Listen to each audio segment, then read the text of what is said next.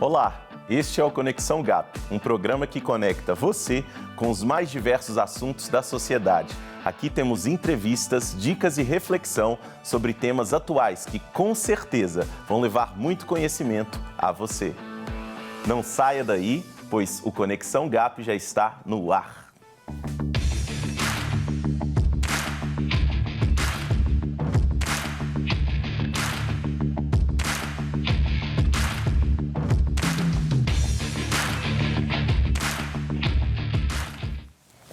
O Conexão GAP tem o objetivo de levar conhecimento sobre todas as áreas da sociedade, principalmente da política, a vocês que nos assistem.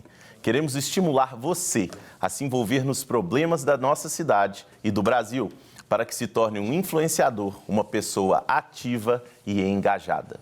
No nosso programa, sempre temos entrevistas com os convidados sobre temas relevantes. E hoje eu recebo o secretário de Desenvolvimento Econômico de Minas Gerais, Fernando Passalio, que vai conversar com a gente sobre política e economia. Olá, secretário. Seja muito bem-vindo. Muito obrigado. Prazer estar aqui na presença de todos os telespectadores que acompanham aí a TV Super. Prazer. Muito obrigado. Obrigado. Secretário, para a gente começar a nossa entrevista, qual é o papel da sede na promoção do desenvolvimento econômico aqui em Minas Gerais? Excelente, Lincoln. A Secretaria de Desenvolvimento Econômico de Minas Gerais, ela tem um papel fundamental no aspecto em que ela trabalha toda a cadeia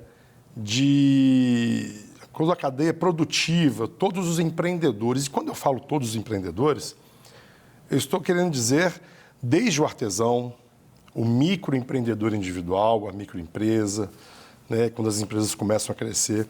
Todo esse acompanhamento é feito no âmbito da Secretaria de Desenvolvimento Econômico.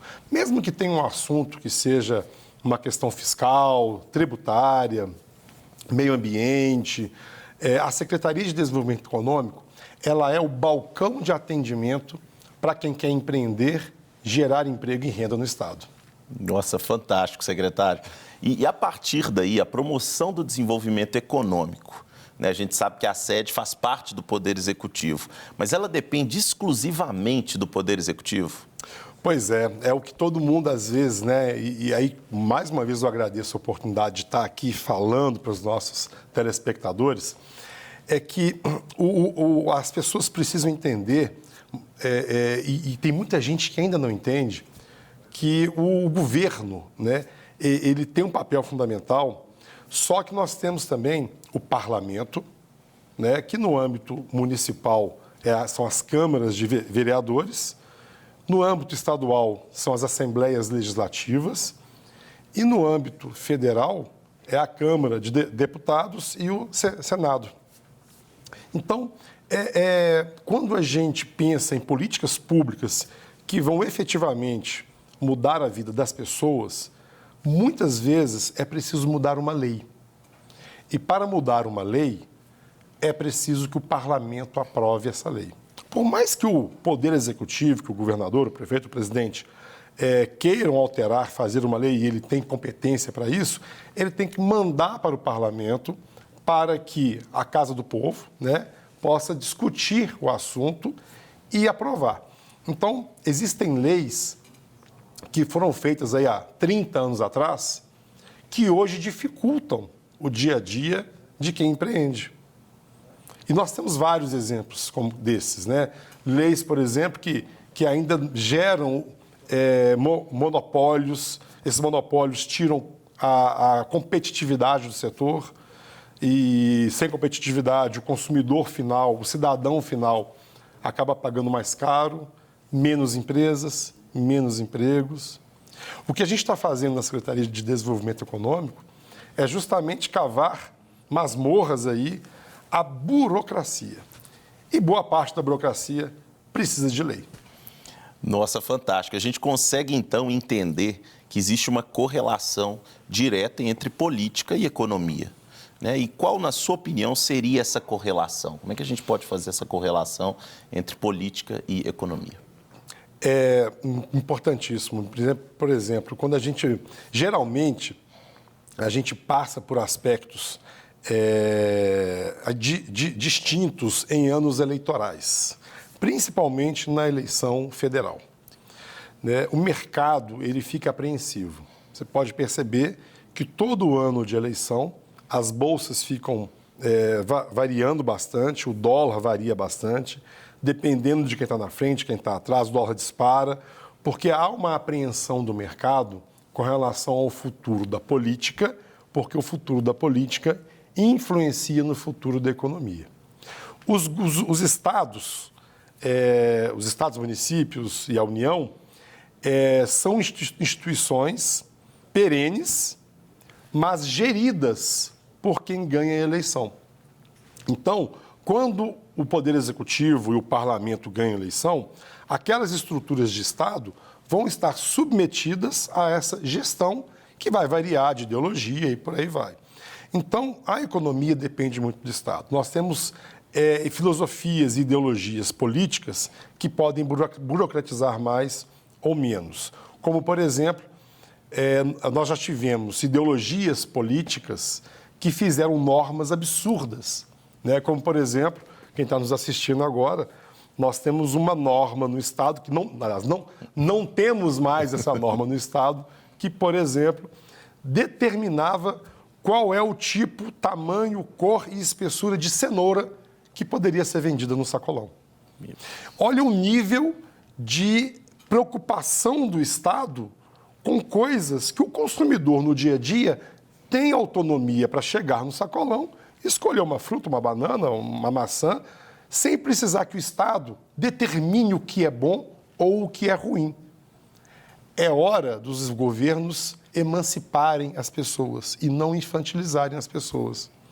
Isso é o que eu acho que é a maior influência da política da economia. Nossa, sensacional. E na sua opinião, qual a importância, né, da gente selecionar políticos comprometidos com o desenvolvimento econômico?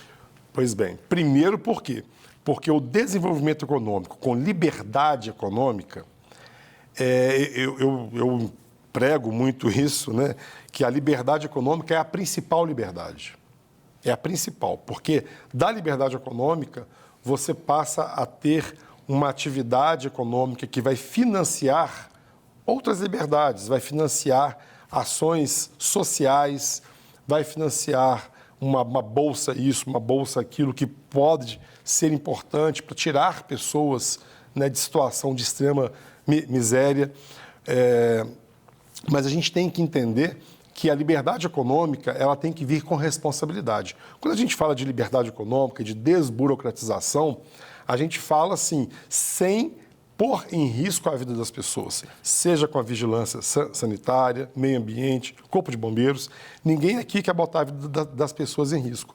Mas não pode também cair nessa questão absurda que a gente tem hoje no país, que é um emaranhado de normas, um emaranhado de regras, que quem fiscaliza tem dificuldade de entender, quem é fiscalizado tem dificuldade de entender, e as pessoas passam a deixar de colocar o seu tempo, seu conhecimento enquanto empreendedor na atividade fim da empresa, para colocar seu conhecimento nessa burocracia, para atender os pedidos de um Estado que muitas vezes não se entende.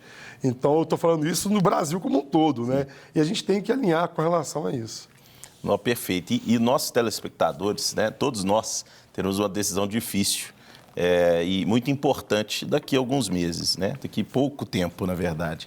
E sobre esse aspecto econômico, quais são os pontos que os nossos telespectadores devem observar na escolha de um candidato que vai dar sequência à liberdade econômica e trazer, talvez, isso para a pauta? Eu penso que as pessoas precisam pensar em políticos que queiram entender que o Estado precisa servir as pessoas e não se servir das pessoas. E pensar em normas que vão facilitar o dia a dia. Isso é muito importante e muitas vezes a gente não vê isso. Por exemplo, nós conseguimos eliminar 601 normas que estavam aí pairando sobre a vida das pessoas e as pessoas às vezes não percebem o quão poluído fica a mente e as preocupações, seja do CPF, seja do CNPJ, né? Ou seja aquele que empreende, ou seja aquela pessoa que está ali exercendo suas atividades como cidadão. Então, 601 normas, tiramos alvará de mais 701 setores da economia que não tinham a menor necessidade de ter que pedir autorização aqui e ali para abrir uma loja de roupa, né, um pequeno comércio. Essas coisas precisam ser tratadas como de risco irrelevante, né, e dar a presunção de boa-fé para as pessoas. A pessoa declara que está dentro das normas, que conhece as normas, depois o poder público vai lá e fiscaliza e pune quem abusa dessa presunção da boa-fé. Eu acho que a gente precisa acreditar mais nas pessoas. O brasileiro é um povo honesto, um povo que quer fazer o certo. Mas com esse tanto de norma, é difícil, é desafiador. Então, acho que nós temos que pensar em políticos que estejam nessa linha. Quem não converge com a desburocratização, com a melhoria do ambiente de negócios, não vai ajudar no desenvolvimento do nosso Estado. A gente precisa, para ter um ambiente empreendedor de qualidade, nós precisamos cuidar do jardim. Um jardim verde, florido, as borboletas vão vir naturalmente. As empresas vão vir naturalmente, o emprego vai vir. Né? Não adianta a gente sair catando, né, as borboletas, não adianta. É um jardim belo, bem cuidado, e é nossa função cuidar, seja dos políticos, seja de nós, cidadãos, cuidar bem desse jardim para a gente poder colher os melhores frutos. Perfeito. Secretário, para a gente finalizar, infelizmente nosso tempo está curto, mas qual que é a mensagem, né, que a gente pode deixar? Primeiro, o senhor é otimista com o nosso futuro, principalmente no aspecto do desenvolvimento econômico?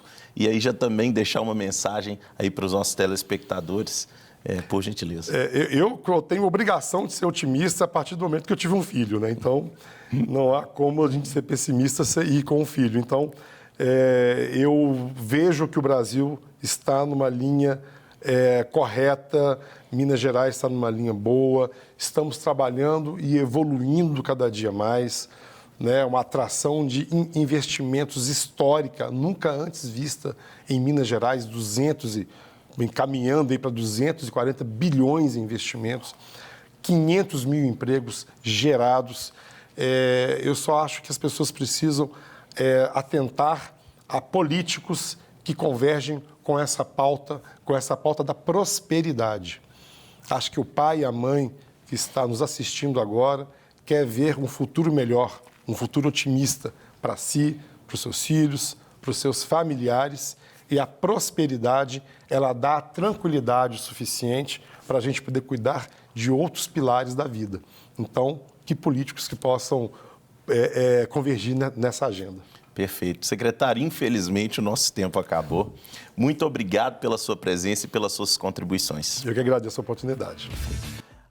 Estamos de volta com Conexão GAP. E quem está aqui com a gente é o integrante do GAP, Pablo Salles, que vai responder a pergunta do nosso quadro GAP Responde.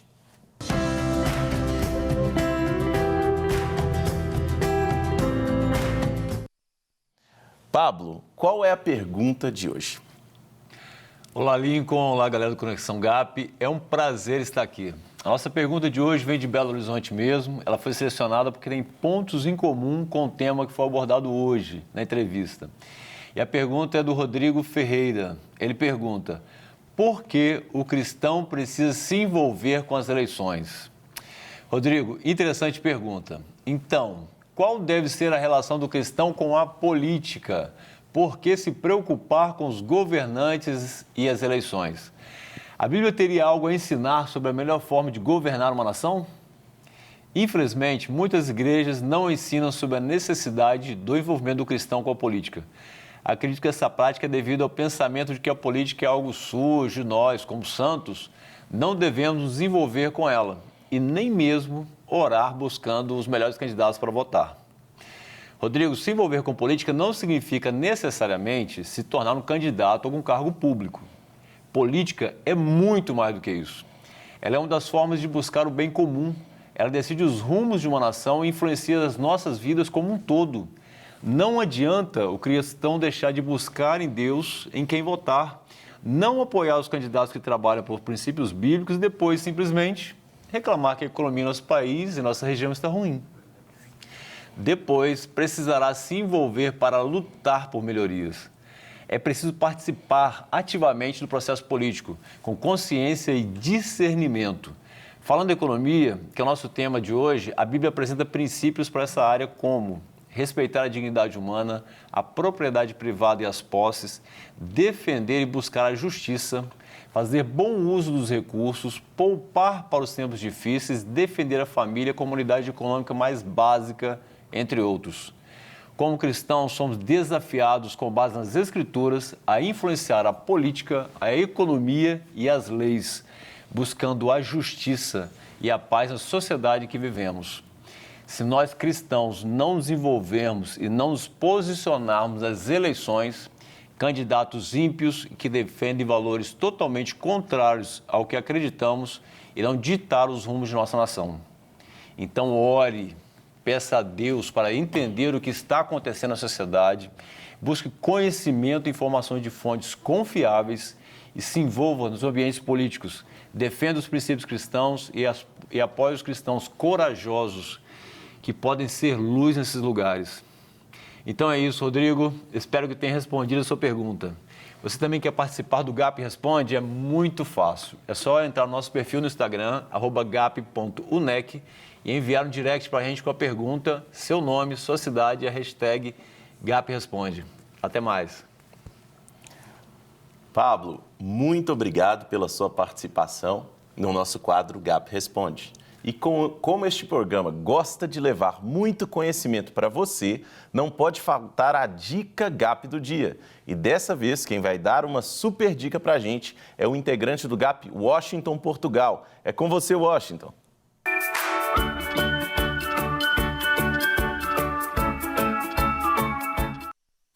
Olá pessoal, bem-vindos ao nosso quadro Dica GAP. Este espaço que traz para você diversas dicas de livros, cursos, palestras, filmes e muito mais.